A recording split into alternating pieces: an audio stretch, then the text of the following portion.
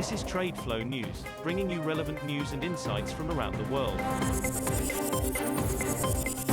TradeFlow News, enabling trade for SMEs and economies worldwide. These are some of the key topics that we will be looking into in today's program.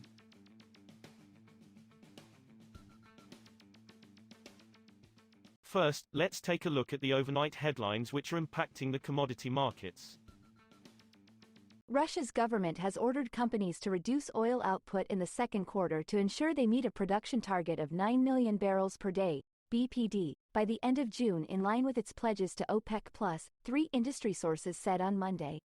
Earlier this month, Russian Deputy Prime Minister Alexander Novak said that Russia would cut its oil output and exports by an additional 471,000 barrels of oil per day in the second quarter, in coordination with some members of the OPEC+.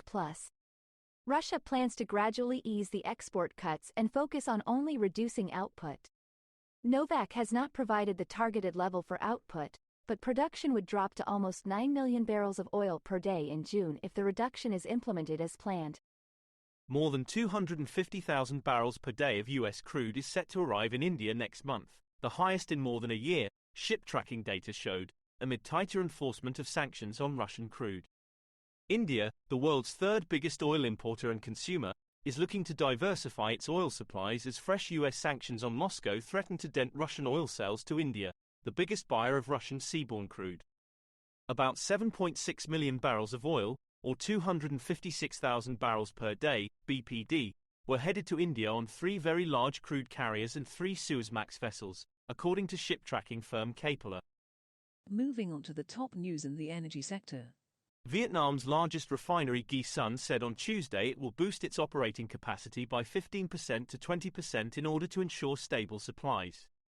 The 200,000 barrel per day Ghi Sun refinery and petrochemical is currently operating at 100% of its design capacity, it said.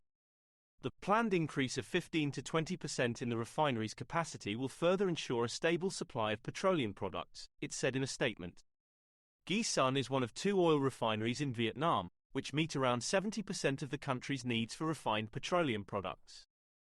Oil was little changed on Tuesday, after rising in the previous session, as investors took a more mixed view toward the loss of Russian refinery capacity after recent Ukrainian attacks, though a slightly weaker U.S. dollar offered some support.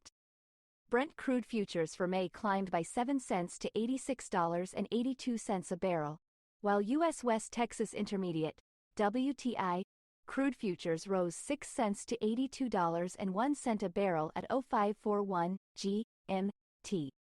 Brent rose 1.5% in Monday's session, while WTI gained 1.6% higher after Russia's government ordered companies to cut output in the second quarter to meet a 9 million barrels per day, BPD, target to comply with pledges to the OPEC Plus consumer group.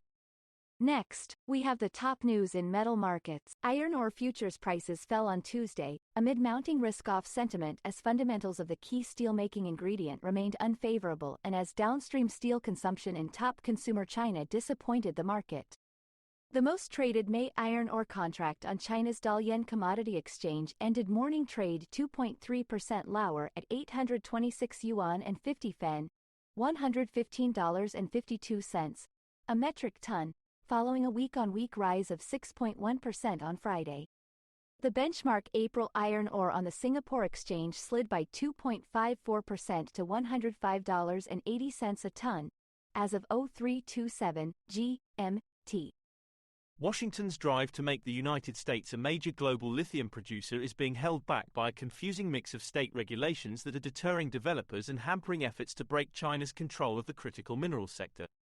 Across Texas, Louisiana and other mineral-rich states, it's unclear who owns the millions of metric tons of lithium locked in salty brines underneath U.S. soils, how the battery metal should be valued by regulators, and who ultimately should pay to process it into a form usable by manufacturers. U.S. federal officials in Washington are largely powerless to force states to change regulations, leaving the Biden administration's aggressive electrification targets beholden to the pace at which local officials update outdated statutes. We will now look at the top news in the agricultural sector. Winter grain crops are in mediocre condition in large parts of the European Union despite fair spring weather, EU crop monitoring service Mars said on Monday. Since autumn, large parts of Western, Northern and Eastern Europe experienced excessively wet conditions, which negatively affected the sowing, emergence and development of winter crops, Mars said in a monthly report. In Northern and Eastern Europe, additional damage to crops was caused by severe frost, it said. In the north, the most severely affected fields are expected to be resown with spring or summer crops. That is all for today's news on commodity markets. Stay tuned to TradeFlow News as we continue to provide you with more updates. We also invite you to follow us on Twitter at TradeFlow News, which allows you to watch our program on your mobile device or desktop to receive information from there.